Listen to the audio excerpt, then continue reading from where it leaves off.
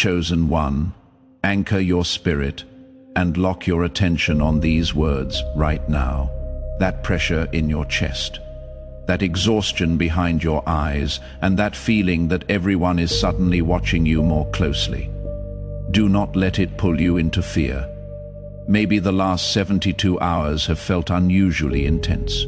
Perhaps people who once ignored you have started asking questions, studying your choices or reacting differently to your boundaries. Maybe you walked into a room this week and felt the energy shift.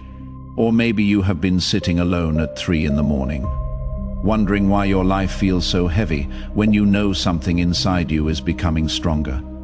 You might feel misunderstood, underestimated, or quietly tested.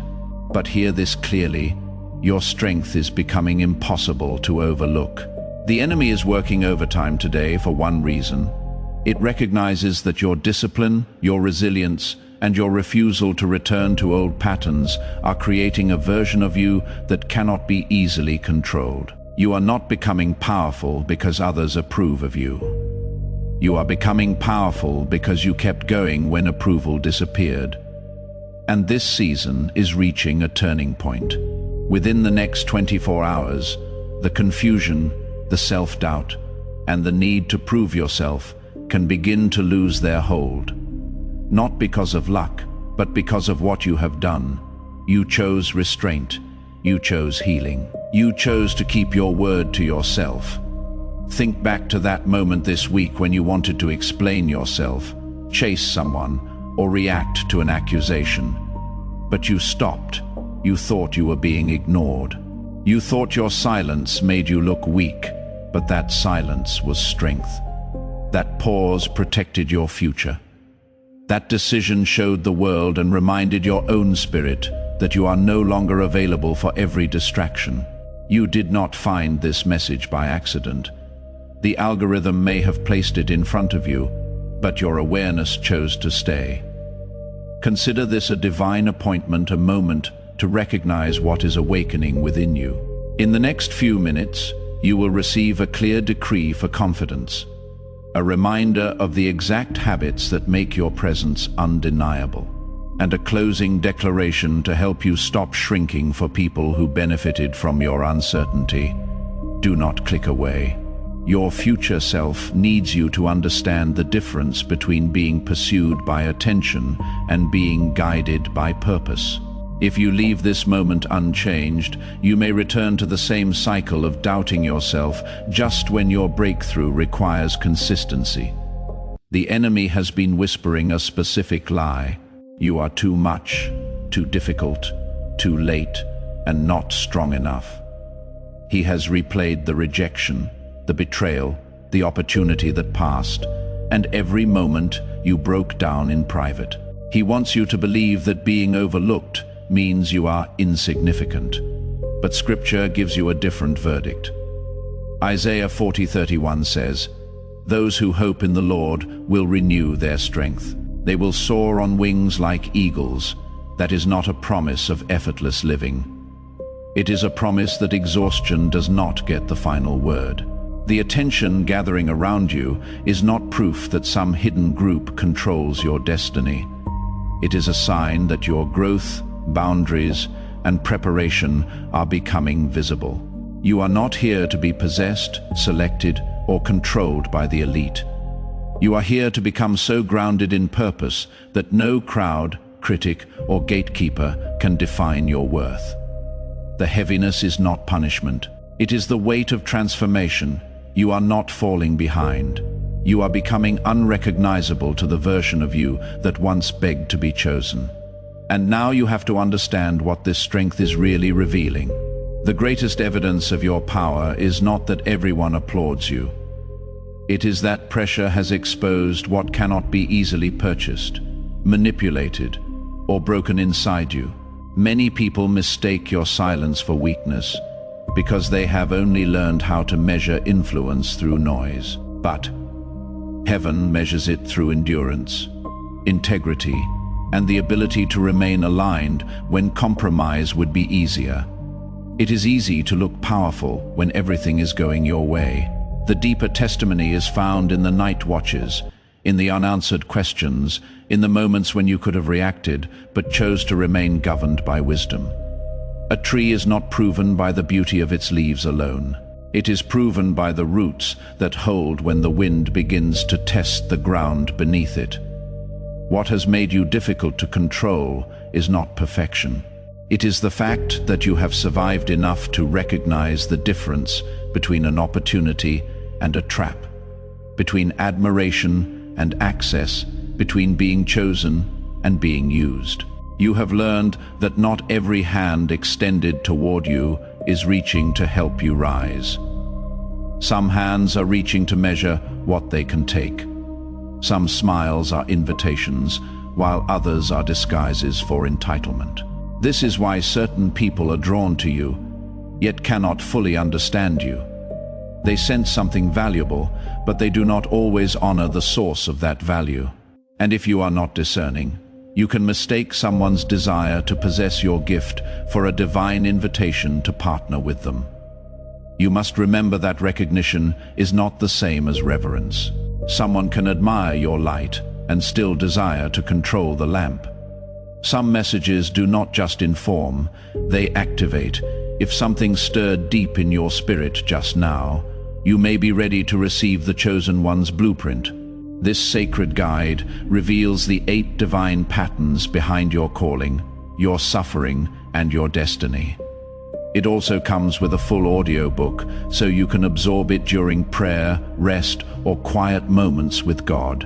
And for those called to speak His truth, you will also receive Activating Your Prophet Mantle, a powerful bonus ebook for those carrying a prophetic assignment. The link is in the first pinned comment, but only for a limited time. So before you move forward, ask yourself a question that requires more honesty than excitement. Are you being pursued because people recognize your purpose, or because they want access to what your purpose produces? Those are not the same thing. Joseph was not welcomed into the palace because Pharaoh understood his entire destiny. He was brought there because his gift solved a problem. But Joseph had to learn how to serve without surrendering his identity. He could interpret the dream without becoming a servant to the ego of the throne. He could wear the garments of administration without forgetting the God who had given him the interpretation. The palace was a platform, but it was never his source. That distinction matters for you. You can enter rooms without letting those rooms rename you. You can receive recognition without becoming dependent on it. You can accept an open door while still asking whether the atmosphere behind it agrees with your spirit. Not every elevated position is an assignment, and not every impressive invitation is favor. Sometimes the enemy does not attack your weakness. Sometimes it flatters your strength and waits for you to hand over your discernment. A golden cage is still a cage, even when its bars are polished and its door is opened by important people. Do not let the appearance of elevation silence the warning within you. This is why your next move cannot be driven by the need to prove what you already know God placed inside you. The moment you start performing for people who doubted you, they gain control over your pace. You begin making decisions not from obedience, but from revenge. You start building a life that can be seen by those who underestimated you, instead of a life that can be inhabited by the person you are becoming. Revenge can imitate ambition for a season, but it cannot sustain peace. If every achievement is secretly a message to someone from your past, then your past is still directing your future. God is not calling you to become impressive in the eyes of those who misjudged you. He is calling you to become faithful in the place where your soul can breathe. But here is where it goes deeper. You are not only being asked to become stronger, you are being asked to become less available to what drains your strength. There is a difference between having a large heart and having no boundaries. There is a difference between having a large heart and having no boundaries. There is a difference between forgiveness and continued access. Jesus washed feet, but he did not entrust himself to everyone who watched the miracle. Compassion does not require you to keep handing your keys to people who have already shown you they will misuse the house. You can pray for someone from a distance. You can release resentment without reopening the door. You can wish them well and still refuse to return to the environment where your peace was repeatedly dismantled. You must stop explaining every boundary to people committed to misunderstanding it. A boundary is not a punishment. It is a form of stewardship. What God is developing in you requires protection. Not because you are better than others, but because the seed cannot remain exposed in every season. A farmer does not dig up a seed each morning to prove that it is growing. There are things in your life that need to be hidden long enough to become strong. The womb is hidden. The root is hidden. The foundation is hidden. Yet what is hidden is not inactive. Beneath the quiet soil, life is gathering strength. Let your private obedience mature before you submit it to public opinion. And what is coming next will likely challenge the way you have been interpreting your delays. You have been calling some seasons rejection when they were actually divine concealment. You thought you were being overlooked, but you were being kept away from environments that would have rewarded a smaller version of you. Moses spent years in the wilderness, not because his life had lost meaning, but because his impulsive strength had to become disciplined authority. The wilderness did not erase his calling. It refined the way he would carry it. David was anointed before he was enthroned, and the distance between those two moments was filled with caves, danger, waiting, and private formation. The oil was real before the crown became visible. This means you cannot measure your progress only by visible access. Sometimes progress is the argument you no longer need to win. Sometimes it is the message you no longer send, the invitation you no longer chase, the familiar chaos you no longer call chemistry. Sometimes it is waking up and realizing that the thing which once consumed your thoughts now passes through your mind without ruling your emotions. You are changing when the old atmosphere still recognizes you, but no longer has permission to govern you.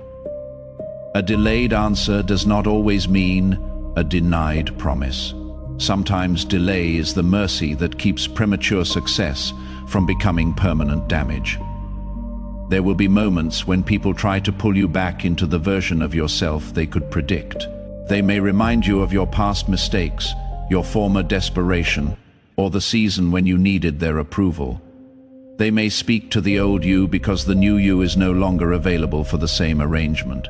But the past can be used as a testimony without remaining an address. You are allowed to remember where you came from without continuing to live there. Do not let someone else's memory of your weakness become a prophecy over your future. The one who knew you in the valley does not automatically understand who you are becoming on the mountain. Now, once you understand that, you are ready for the harder work. Learning to trust your own discernment after being trained to doubt it. Many chosen people are not confused because they lack spiritual sensitivity. They are confused because they have repeatedly been punished for telling the truth about what they sensed. They saw the inconsistency, but someone called them negative. They noticed the manipulation, but someone called them difficult. They felt the door was wrong, but they were pressured to call their discomfort fear. They noticed that the conversation left them defeated, yet they were told they were simply too sensitive. Over time, the voice within them became quieter, not because it stopped speaking, but because they became afraid of the consequences of listening. Eventually, they stopped listening inwardly. They outsource their judgment to louder voices. They ask everyone else what they should do, then wonder why they feel disconnected from their own conviction. But discernment is not always a dramatic warning. Sometimes, it is the quiet absence of peace when everything looks attractive on paper.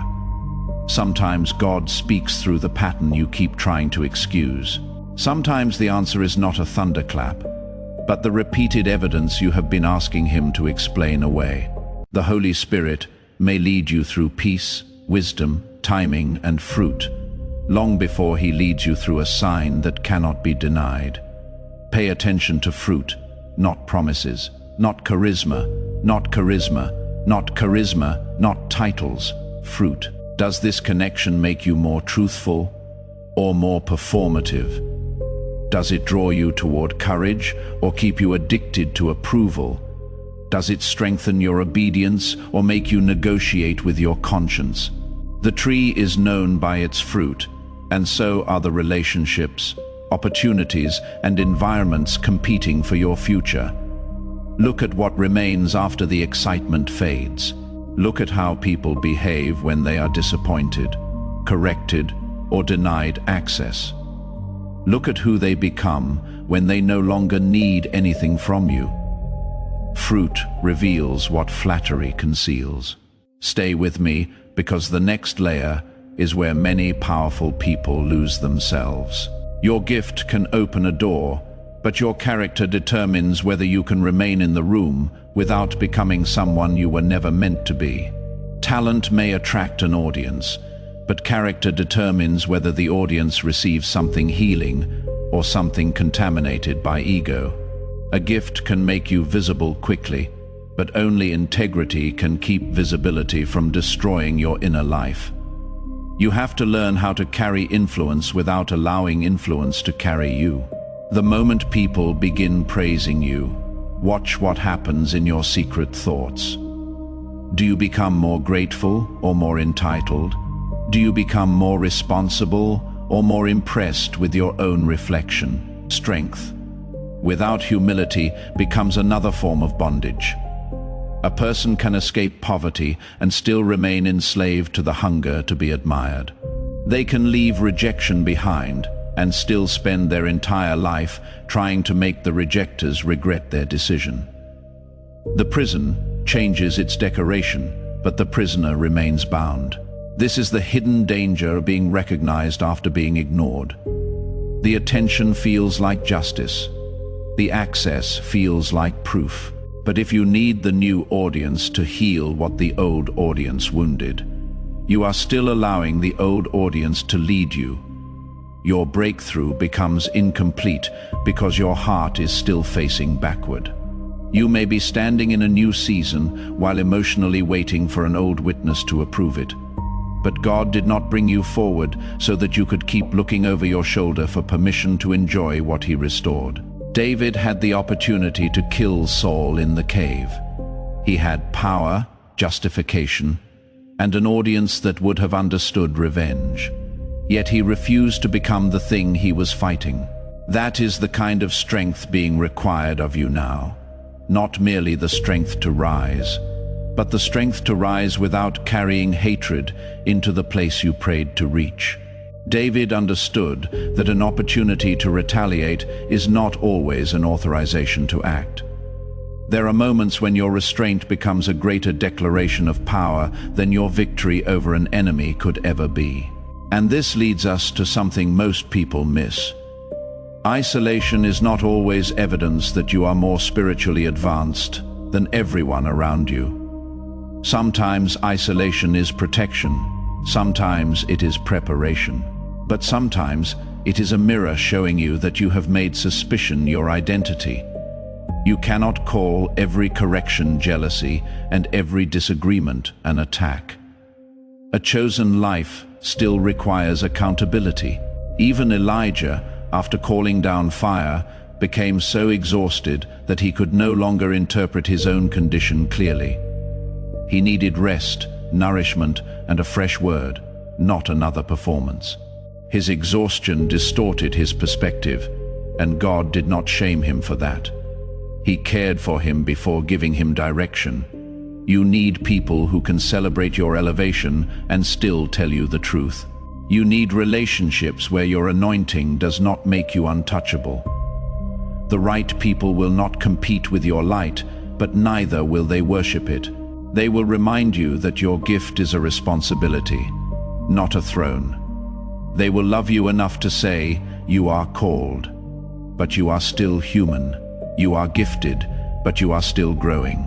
You are influential, but you are still accountable. That kind of relationship is not an interruption to destiny, it is protection for destiny. Before you move into the next season, let yourself be corrected without collapsing. Correction is not always rejection. Sometimes it is evidence that your destiny is too important to leave your blind spots unchallenged. A surgeon does not hate the patient because the patient needs an incision.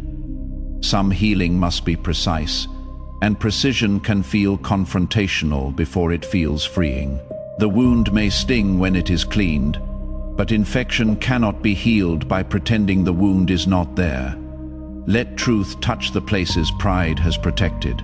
But if you are honest with yourself, there is another barrier beneath all of this. You may say you want freedom, but part of you still wants to be validated by the people who made you feel invisible. You may say you want divine alignment, but part of you is still waiting for a specific person to acknowledge your worth before you fully step forward. You may say you trust God, but you keep checking the faces of those who rejected you to see whether they finally understand. You are waiting for an earthly verdict after heaven has already spoken. That is not humility. That is misplaced loyalty to an old verdict. You have been loyal to a version of the story that God is trying to end. You keep returning mentally to the scene where they betrayed you, overlooked you, mocked you, or walked away. You rehearse what you would say if they came back with an apology. But what if the apology never comes? What if your freedom cannot depend on their maturity? What if the closure you are waiting for is not a conversation, but a decision to stop letting their absence define your value? You cannot keep standing at the doorway of yesterday, waiting for someone who left to explain why they walked away. This is where the real transformation begins. You do not need everyone to agree that you were mistreated in order for God to restore you.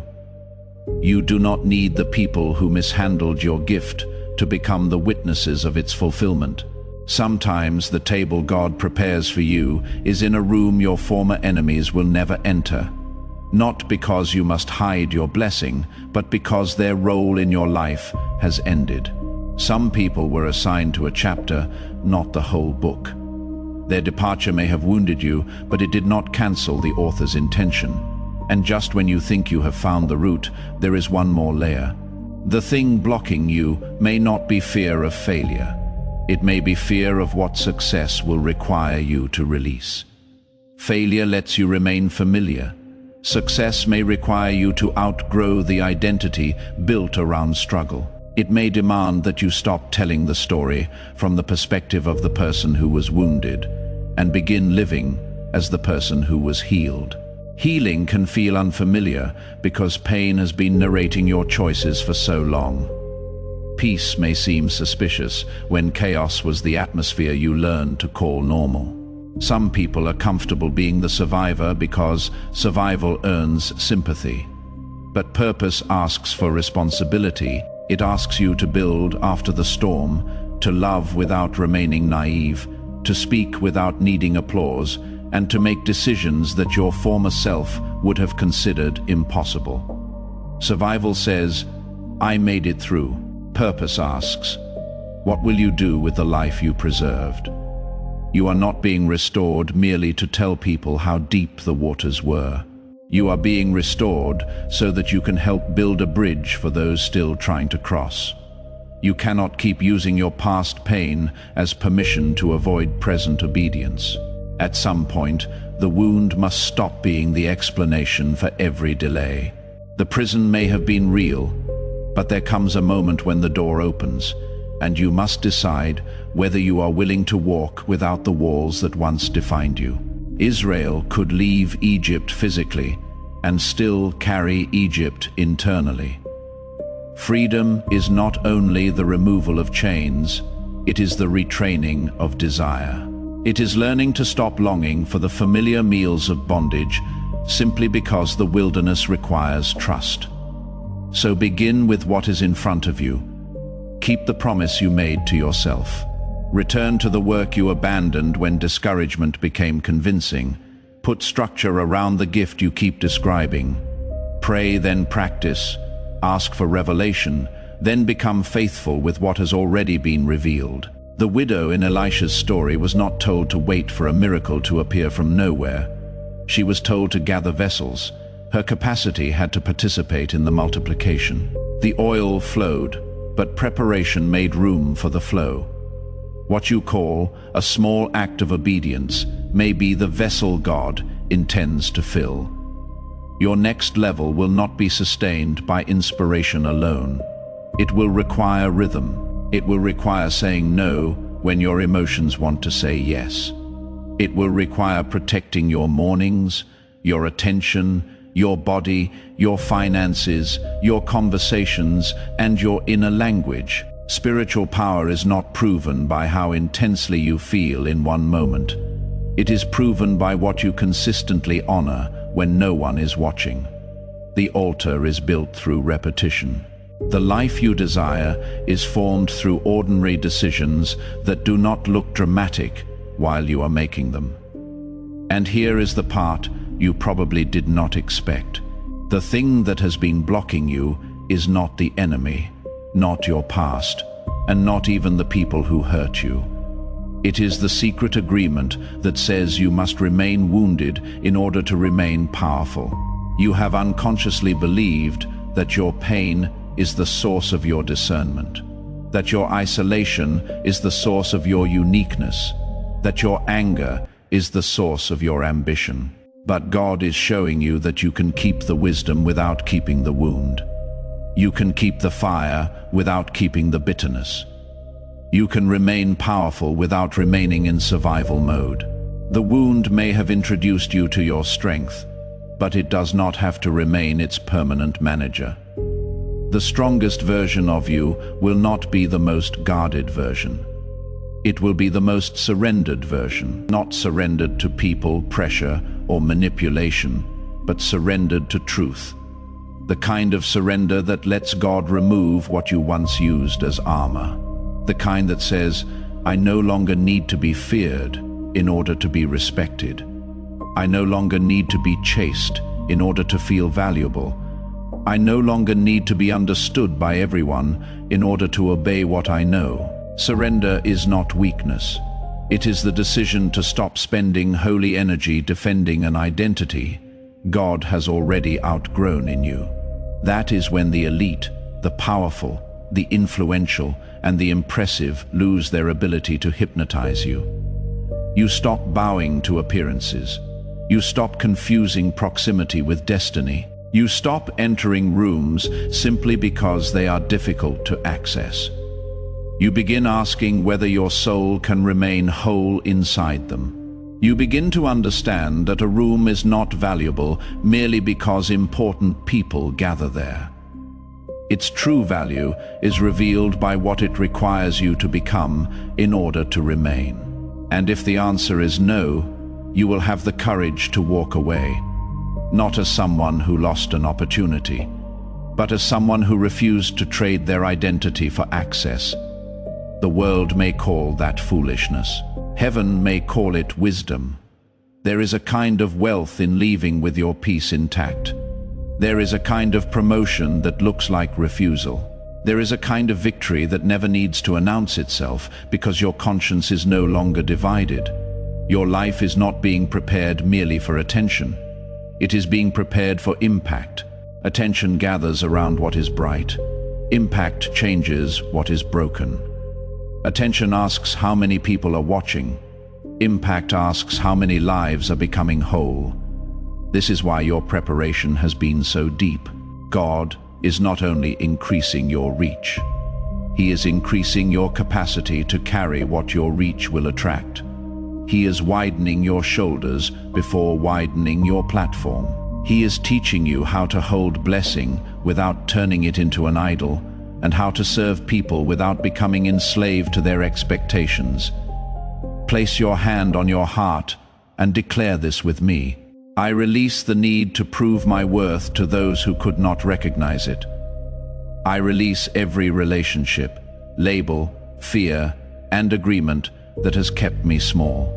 I receive wisdom to recognize what is truly aligned and courage to walk away from what only looks impressive. I can be powerful without being proud, discerning without being bitter, and visible without becoming controlled by approval. I trust the timing of my preparation. I honor the gifts placed within me. I step forward with clean hands, a clear spirit, and a heart surrendered to God.